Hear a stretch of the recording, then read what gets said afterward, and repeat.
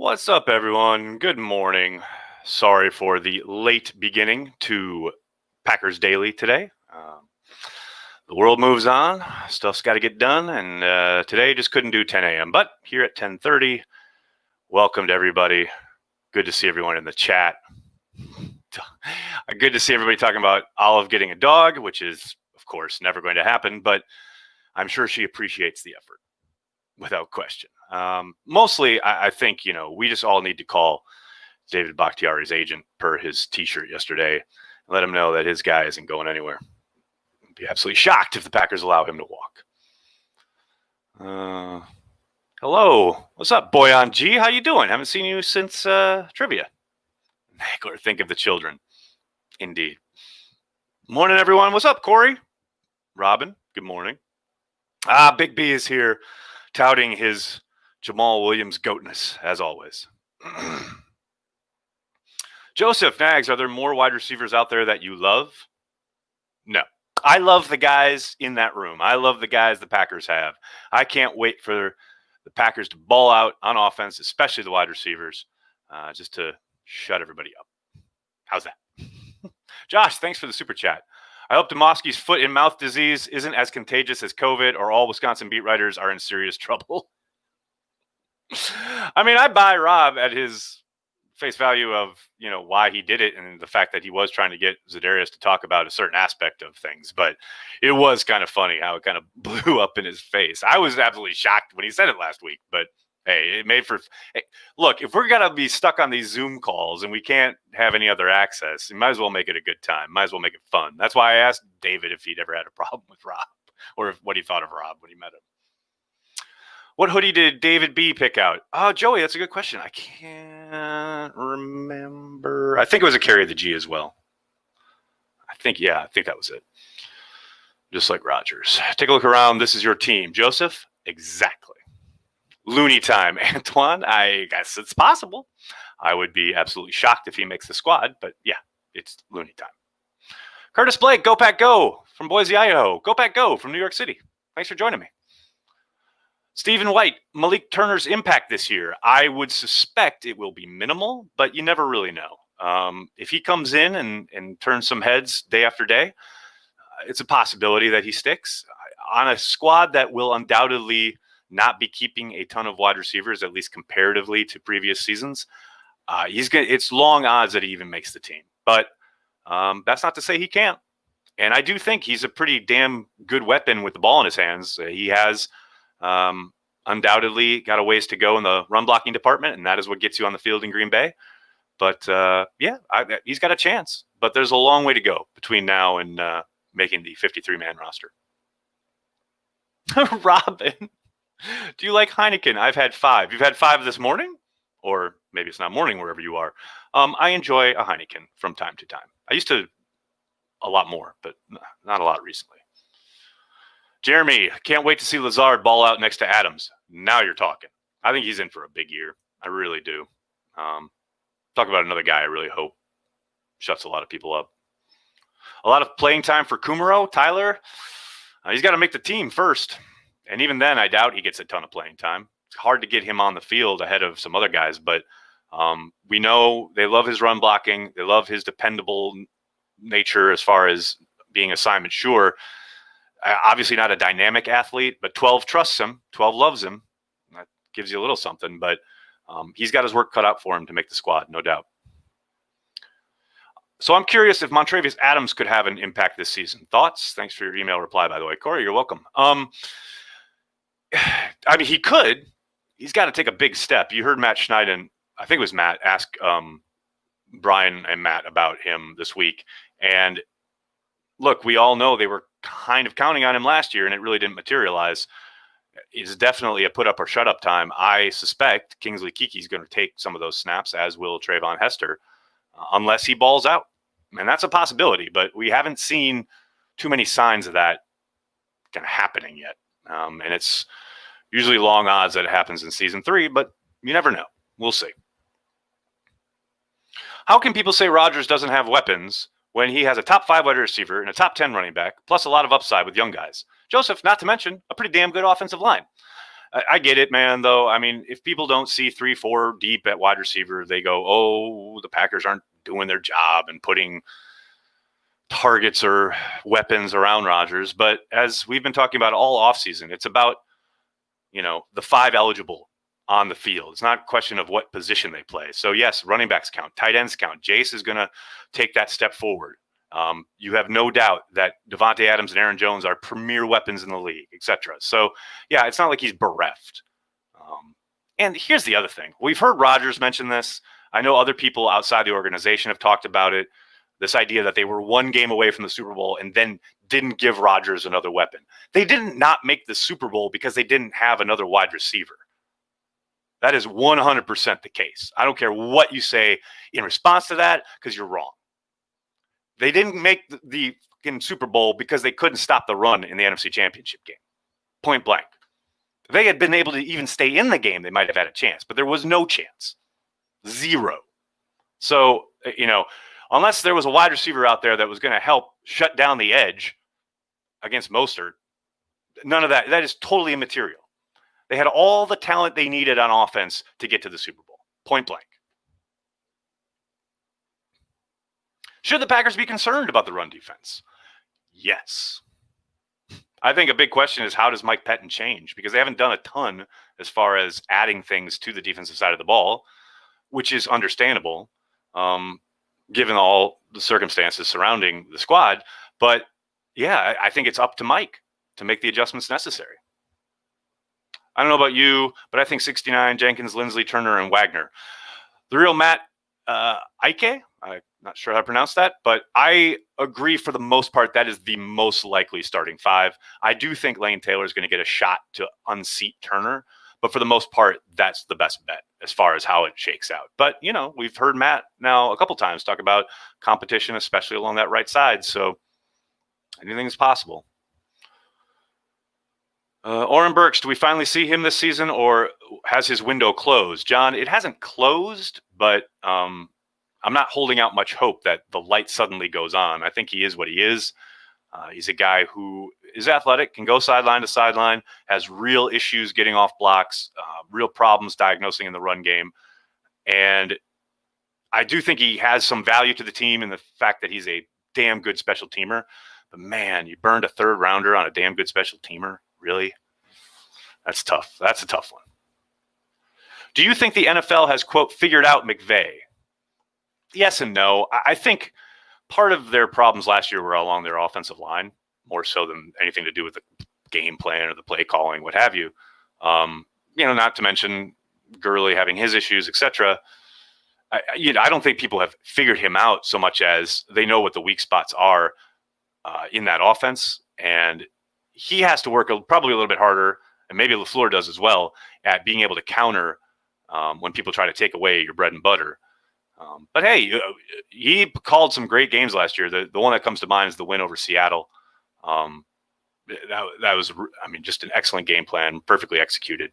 And, I don't think he's so much been figured out as, it's a league that really dissects what's ever working really well, and his offense obviously was. So extra time and effort gets put into figuring it out. And I think Bill Belichick did a really good job in that Super Bowl of showing you, like, look, if you take away this deep developing stuff, they don't really have a short game to get to. And I didn't see real evidence last year of him developing much more of it.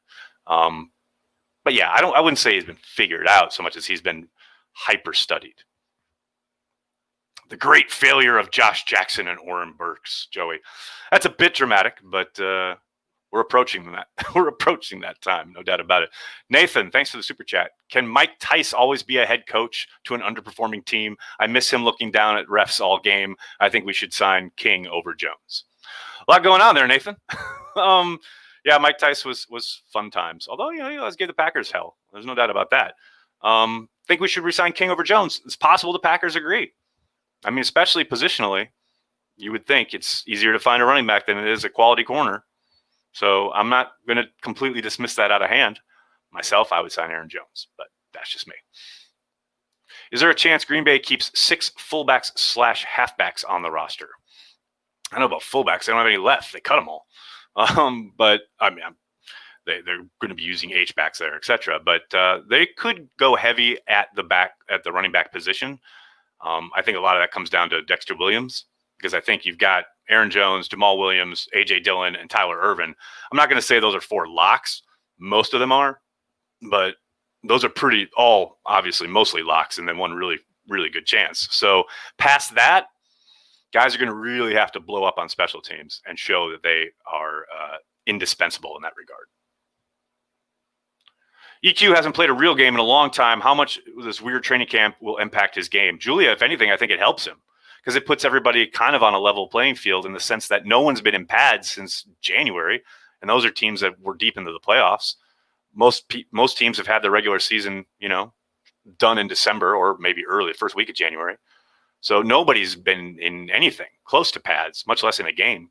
So yeah, it will undoubtedly be a little kind of bit of a process to bring him back up, but I think everybody's kind of in the same boat, regardless of the fact that he didn't play last year. Hopefully he's fully healthy, which is the whole reason Brian shut him down in the first place, like he did. And he's able to hit the ground running, so to speak. Andrew says, obviously keeping Bakhtiari is a priority, and we jump over whatever is needed to keep him. But due to Ted's history on the O-line, is Brian extra motivated to get a deal worked out? Ted's history, I'm not quite sure what Ted's history on the O-line has to do with anything, other than Ted's history with the O-line is finding really quality guys later in the draft. Plus, they just took 3 guys. Yeah, I mean, all of that said, yes, they're going to do whatever they can to keep Bakhtiari. There is little doubt. They're going to pay a king's ransom. And look, when it comes to Bakhtiari, or it comes to Kevin King, or it comes to Aaron Jones, or Kenny Clark, those are the big 4, right?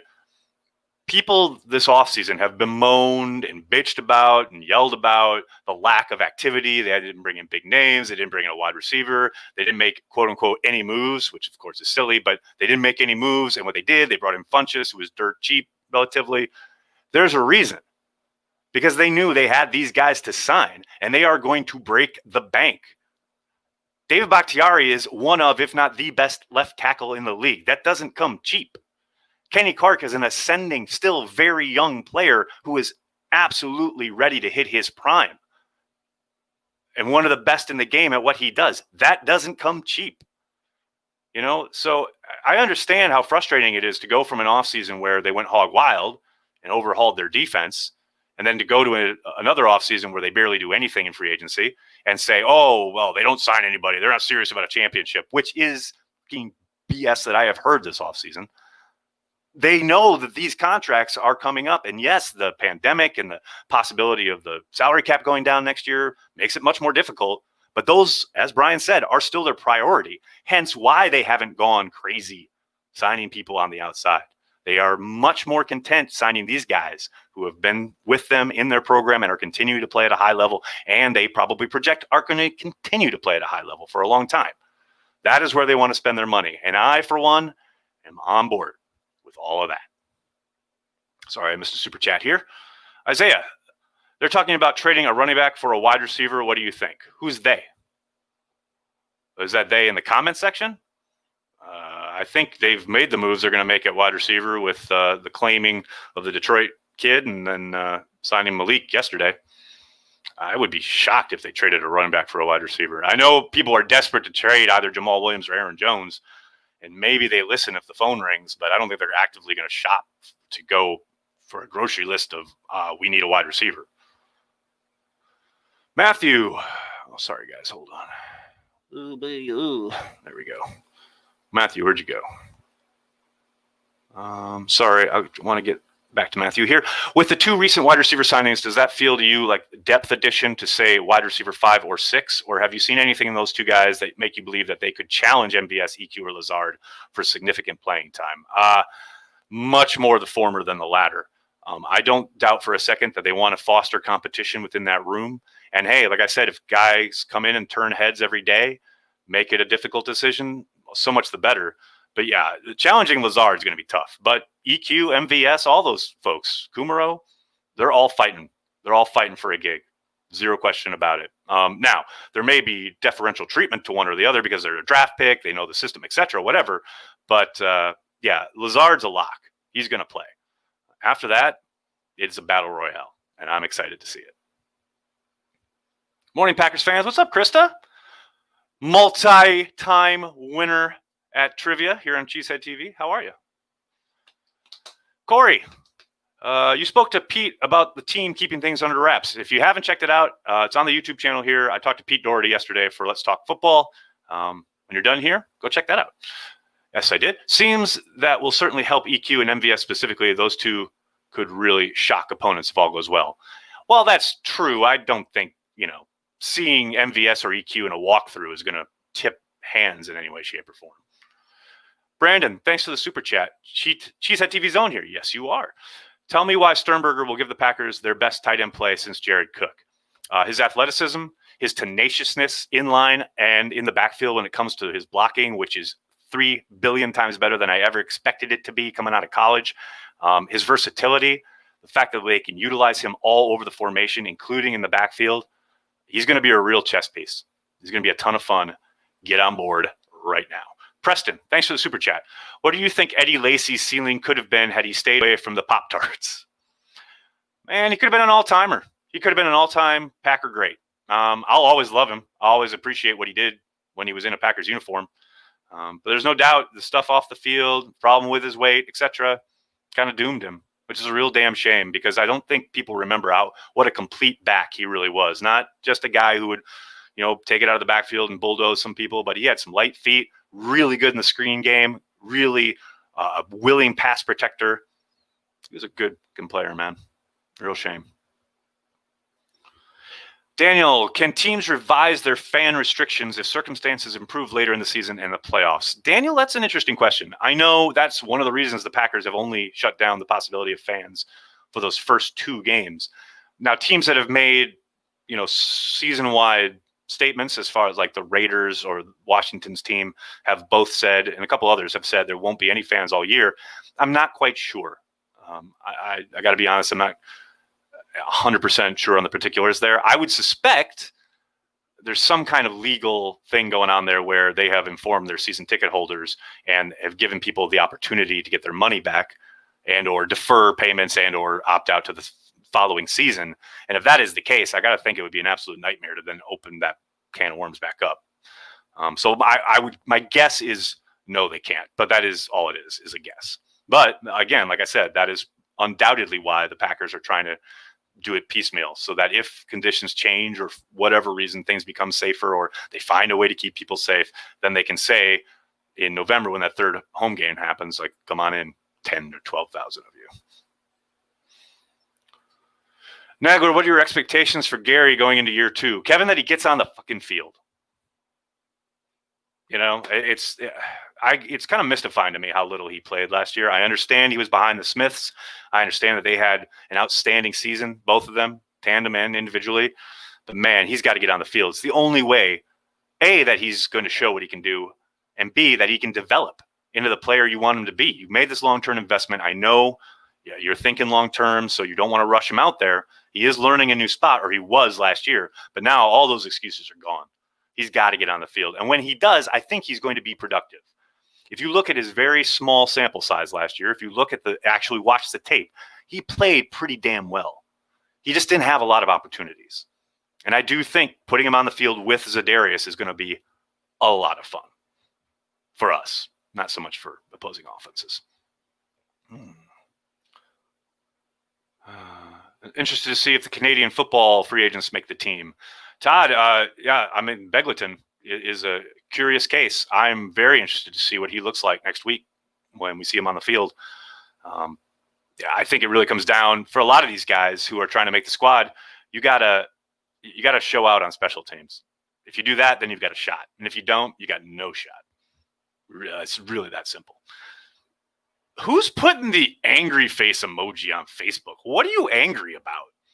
We're literally here talking Packers football. What is there possibly to be angry about? Small minds, man, small minds. How many tight ends will they keep going into the season? Isaiah, let me get my crystal ball. 4. How's that? Are any reporters covering camp? Yes, there are. There will be a group of, I believe, 6 that have permanent spots. They are tier 1 guys like Rob Domofsky, Matt Schneidman, and then I think there'll be a rotating crew from Gannett, including Ryan Wood, Tom Silverstein, etc. And then there is a tier 2, which is, I believe, more local people, television people, etc. And then there's people like myself who are tier 3. I will be there for hopefully most of the practices, not all of them, because there is a limited amount of space. But yeah, you'll get plenty of updates, plenty of practice updates. The only time I absolutely won't be able to cover practice is if there's any kind of weather that forces them inside. I will not be allowed inside the Hudson Center this year. Usually I am, but not this year. Michael, thanks for the super chat. With 2020 college football largely canceled, are 2021 picks more likely to be traded or less? Fantastic question, Michael. My suspicion is that it will make them move more. It really depends on, obviously, how teams and individual GMs and personnel groups value those picks. We've seen, especially recently, that some teams are kind of, I wouldn't say bending towards or becoming less enamored with them, but you've certainly seen there are franchises that seem to continue to treat them like gold, kind of like the Packers. And then there are teams that are ready to wheel and deal. And I think we'll only see people kind of step deeper into those factions, so to speak. So I wouldn't expect the Packers to go hog wild, but I think other teams might. That's a really good question. Javier, thanks for the super chat. Do you think Runyon gets a shot to stay at tackle, or is he locked at guard? Everything they've talked about is starting him at guard. I'd be absolutely shocked if they didn't give him some looks at tackle, though. It only makes sense. It's like last summer. We saw Elton Jenkins. He played center and guard. I don't think we ever saw him at tackle, but, he played center his final year in college, for a long time in college. So it only made sense to give him some snaps there. But obviously, eventually he ended up at guard, played really well there, had a great season. I think Runyon will stick at guard, but again, I'd be very, very surprised if they didn't give him some reps at tackle at some point. All right, guys, I'm going to have to go. Can't thank you enough for hanging out, talking some football with me. Please do me a monster favor. Hit like on this video. Hit subscribe on the channel. And if you really want to support what we do at Cheesehead TV, please consider giving us $5 a month on our Patreon page, patreon.com/CheeseheadTV. You get access to my podcast exclusively. You get most of our content earlier than everybody else. And you really support everything we do, not just here on the YouTube channel, but all throughout social, all throughout the website, everything we do. It really means a lot. But hey, if you can't totally understand, just hit like, hit subscribe, tell your friends, tell your family. Cheesehead TV. We are devoted to Green Bay Packers fans worldwide. Thanks a lot, everybody. Have a great day. Go Pack Go.